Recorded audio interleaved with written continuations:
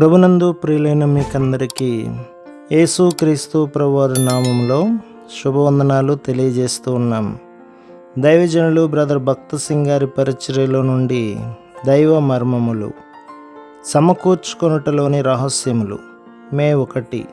ఇలాగున దావీదు అమాలేకీయులు దోచుకొని పోయిన దానినంతటిని తిరిగి తెచ్చుకొనెను. వారు ఎత్తుకొని పోయిన దానినంతటిలో కొద్దిదేమి గొప్పదేమి ఏదియూ తక్కువ కాకుండా దావీదు సమస్తమును రక్షించెను. సమూయేలు మొదటి గ్రంథం 30వ అధ్యాయం 18-19 వచనాలు. దావీదును అతనితో కూడా నుండిన వారు గొప్ప నష్టమును అనుభవించిరి. అమాలేకీయులు వారి ఎండలన్నింటినీ కాల్చివేసి వారి భార్యలను పిల్లలను వారికున్న దానినంతటినీ చెరగొనిపోయిరి. వారందరూ బలమైన యోధులైనను వారి నష్టమును బట్టి ఇక ఏడ్చుటకు శక్తి లేకపోవనంత బిగ్గరగా ఏడ్చిరి.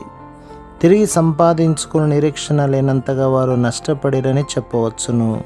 అయితే దేవుని కృపా సహాయం వలన వారు నష్టపోయిన దానిని మాత్రమే గాక అంతకంటే అధికముగా, అనగా వారి జీవితంలో వారికి కలిగిన అప్పులన్నింటినీ తీర్చివేయగలిగినంతగా తిరిగి సంపాదించుకొనగలిగిరి.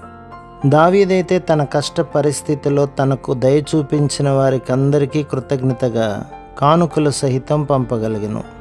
తిరిగి సంపాదించుకొనగలమను నిరీక్షణ కూడా లేనప్పుడు మనము కోల్పోయిన దానిని సమకూర్చుకొనుటనున్నది ప్రత్యేకమైన ఆనందమును కలగచేయును. మన స్వంత తప్పుల ద్వారా అనేక ఆత్మీయ నష్టములను అనుభవింతుము. అందువలన అనేకులు వాస్తవముగా తమ సంతోషమును కోల్పోయి ఉన్నారు.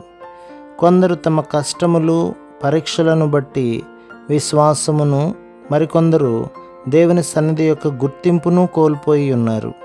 కొందరైతే దేవుని చిత్తమును కనుగొనుటాను రహస్యమునే నేర్చుకొనలేక ఉన్నారు. అనేకులు తాము క్రొత్తగా తిరిగి జన్మించిన సమయంలోనున్న శక్తిని, మొదటి ప్రేమను కోల్పోయి ఉన్నారు. మనము కోల్పోయినవన్నీ తిరిగి రెండంతలుగా సమకూర్చుకున్నట్లు దేవుడు సహాయపడగలడు. ప్రభు మిమ్మును, మీ కుటుంబమును, మీ సంఘమును దీవించి ఆశీర్వదించునుగాక. ఆమేన్.